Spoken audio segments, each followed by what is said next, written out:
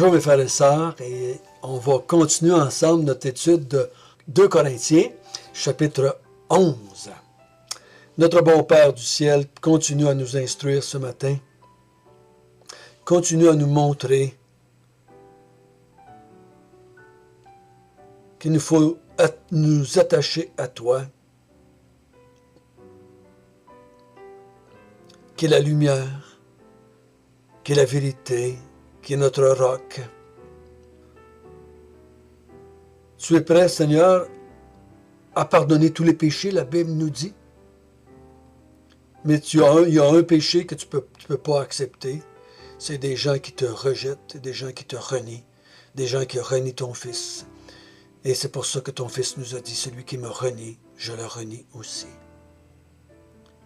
Donc, l'important pour nous, c'est que tu nous donnes la grâce par ton Esprit Saint, par la vérité, par les Écritures, de toujours rester attaché à toi, de discerner les faux docteurs des vrais, des mensonges en comparaison avec la vérité. Et nous admettons humblement que c'est par ton Esprit Saint que nous pouvons faire cela. Amen. On a vu depuis le chapitre 10 que l'apôtre Paul défend son apostolat. On l'a remis en question. On l'a remis en question par rapport à Ben et Japher et aussi par rapport à son apostolat. Paul est-il vraiment de Christ? Paul est-il vraiment un apôtre de Christ?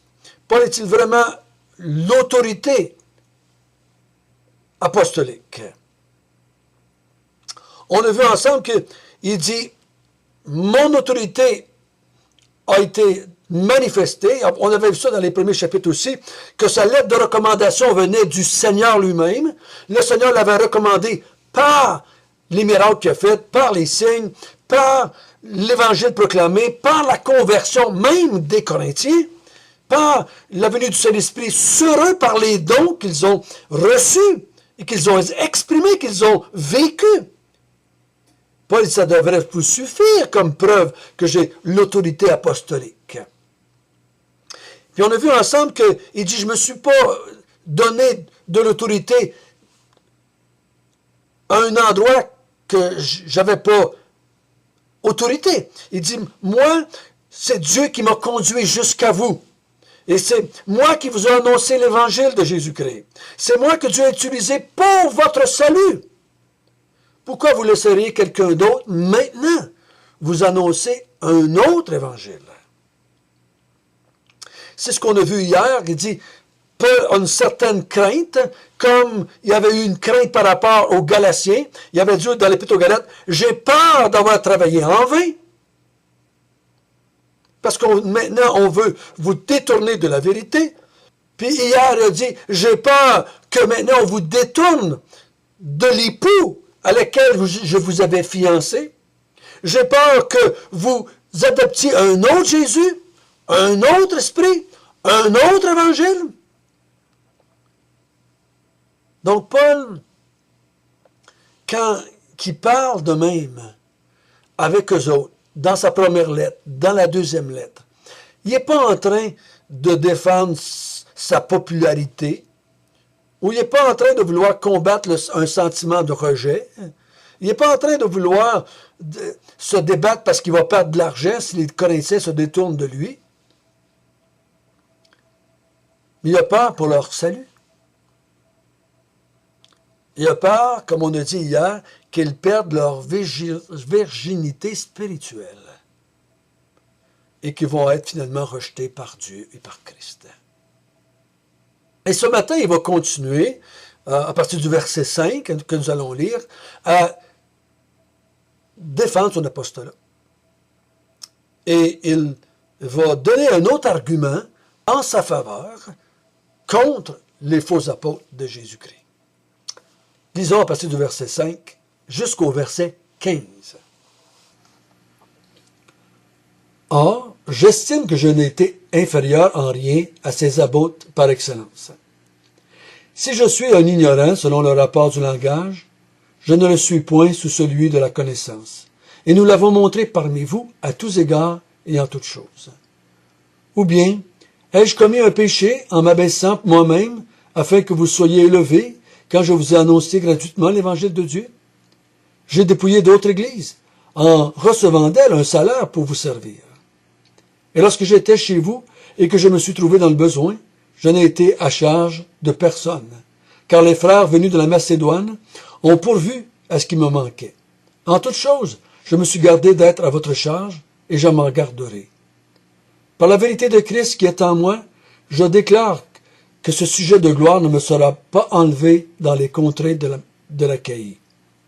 Pourquoi? Parce que je ne vous aime pas? Dieu le sait. Mais j'agis et j'agirai de la sorte pour ôter ce prétexte à ceux qui cherchent un prétexte, afin qu'ils soient trouvés tels que nous dans les choses dont ils se glorifient.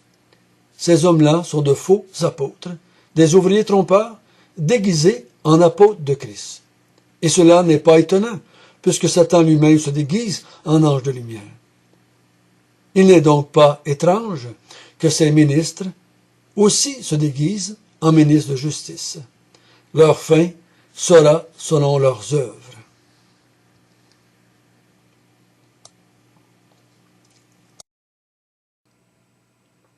Paul il dit, je m'estime inférieur en rien à ces apôtres par excellence.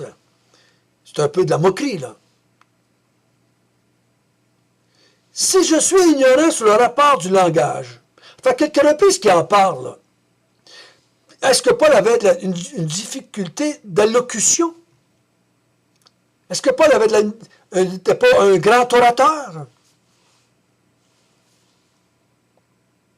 Mais il dit une chose est certaine, je ne le suis point sur celui de la connaissance. Et nous vous l'avons montré parmi vous à tous égards et en toutes choses. Nous vous avons montré, depuis tout le temps que vous nous connaissez, nous vous avons montré que nous sommes en rien inférieurs sur le rapport de la connaissance. Je vous ai montré à quel point nous connaissions les Écritures.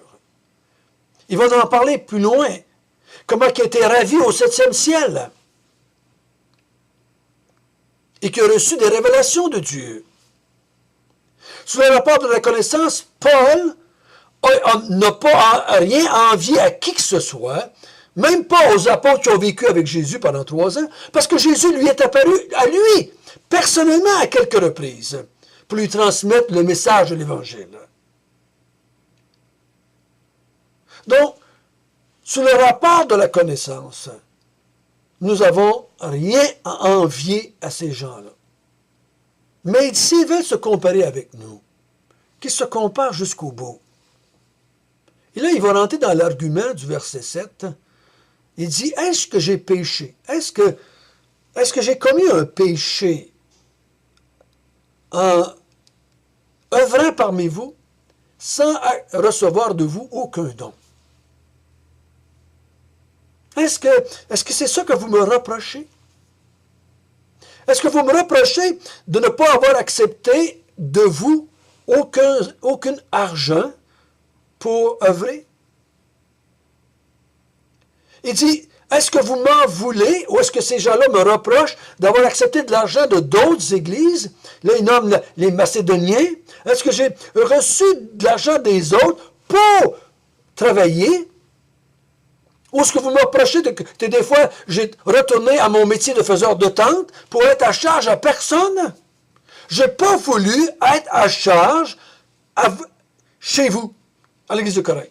Pourquoi est-ce qu'il a fait ça? Pourtant, il a reçu de l'argent de d'autres églises pendant qu'il œuvrait parmi eux. Il a reçu de l'argent de d'autres églises, des dons, de toutes sortes de chrétiens d'églises, pendant qu'il travaillait à Corinthe. Pourquoi ne veut-il pas recevoir des argents de l'église de Corinthe? Pourquoi s'est-il abstenu? Pourquoi dit-il au verset 10, pourquoi est-ce que tiers et gloire de ne pas charger rien? Il y avait une raison. Il y avait une raison très fondamentale à cela. c'est que Paul savait qu'il y avait des gens là qui auraient pris ça comme prétexte pour le dénigrer, comme il le faisait présentement. Il l'avait accusé, on a vu dans le chapitre 8 et 9, de faire des collectes pour remplir ses poches, qui était là pour l'argent, qui était là pour recevoir de l'argent de la part des chrétiens, qui abusait de son autorité d'apôtre pour avoir des fonds. À ce moment-là, dans cette église-là, Paul a dit, pour le moment présent, je ne veux pas leur donner un prétexte pour condamner l'Évangile.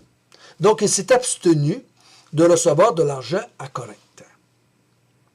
Il a accepté l'argent qui venait de d'autres églises, mais pas d'eux autres. Parce qu'il savait qu'il y avait des gens là qui auraient utilisé ça comme prétexte contre Paul, contre l'Évangile, contre l'Église de Corinthe. Donc, je me suis abstenu. Pas parce que je ne vous aimais pas. Dieu sait que je vous aime. Mais c'est pour leur enlever ce prétexte-là. S'ils veulent faire comme nous, qu'ils travaillent parmi vous sans vous charger rien. Qu'ils travaillent parmi vous sans vous demander des sous. Et c'est ce qu'ils ne faisaient pas, eux. Eux, ils voulaient avoir des sous. Eux étaient là pour l'argent et pour la gloire. Paul a dit, nous autres, on ne l'a pas fait. S'ils veulent nous imiter, s'ils veulent faire comme nous, s'ils veulent se comparer à nous, mais qui ne chargent pas d'argent, qui acceptent comme nous aucun salaire de votre part et qui a travaillé. Vous savez qu'il y avait une tradition ou un principe au temps de Paul, au début de l'Église, que si quelqu'un venait à l'Église, se présentait comme un prédicateur, comme un prophète, et qui restait plus que 3 jours et qui demandait de l'argent, on devait le chasser. On devait le voir comme étant un imposteur. C'était quelque chose qui se passait là, au début de l'Église. Et ici, l'apôtre Paul, je ne sais pas si comme au temps de Paul, ça s'est passé même à Corinthe, mais c'est dans cette pensée-là que Paul il dit ici, si je vous ai pas demandé de l'argent, c'est parce que je voulais enlever à ces faux docteurs-là des arguments contre nous.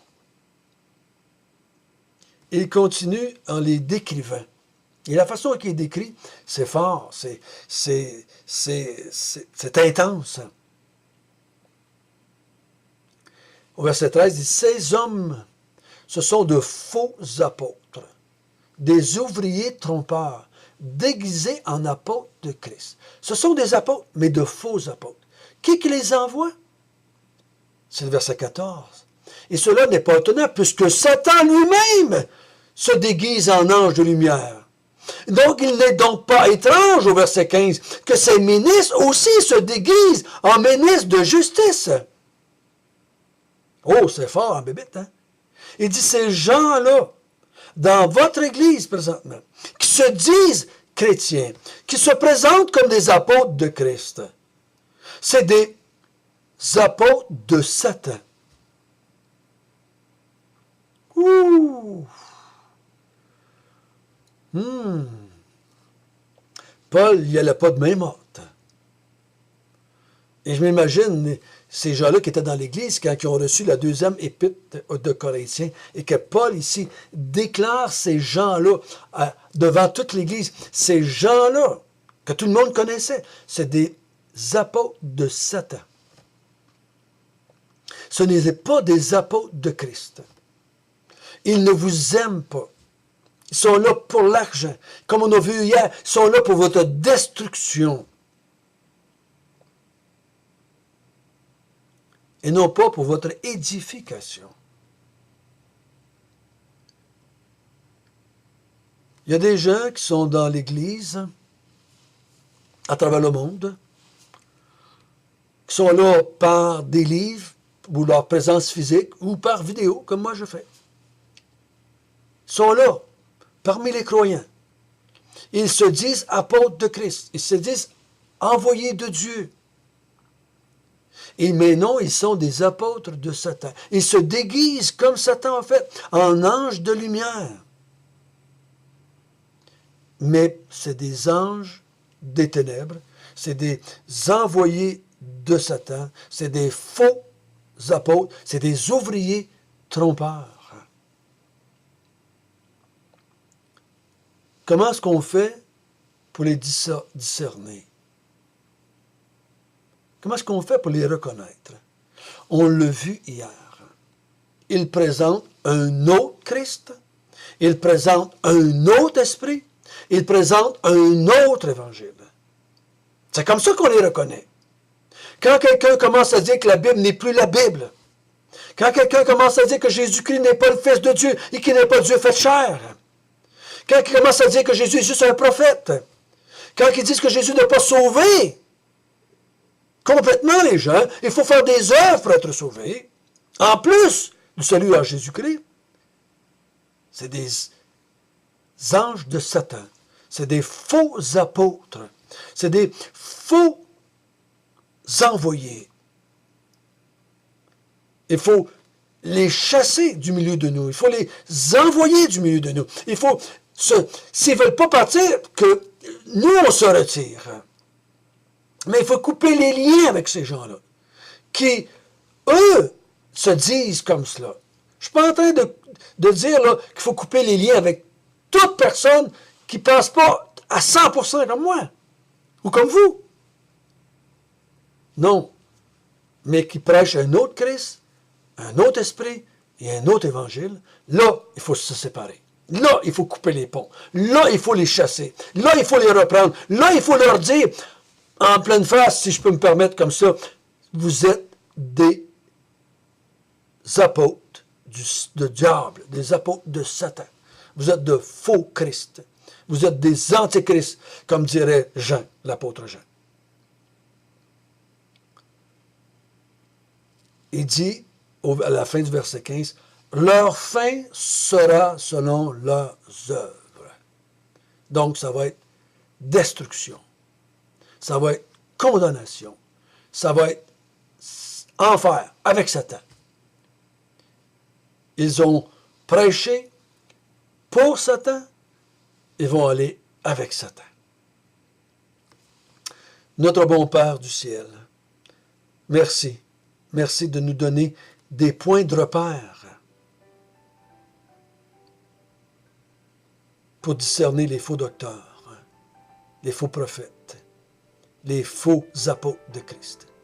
Des gens qui prêchent un autre évangile. Des gens qui prêchent un autre Christ, un autre esprit. Des gens qui sont là pour l'argent.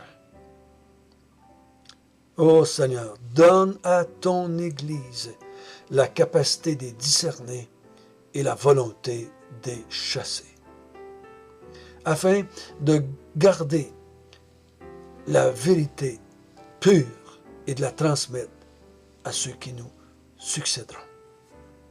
De transmettre la vérité telle que nous l'avons reçue. Comme Paul disait à Timothée, ce que tu as reçu de moi, donne-le à d'autres hommes qui le transmettront à d'autres hommes. Garde-nous, Seigneur notre Dieu, dans la vérité. Amen.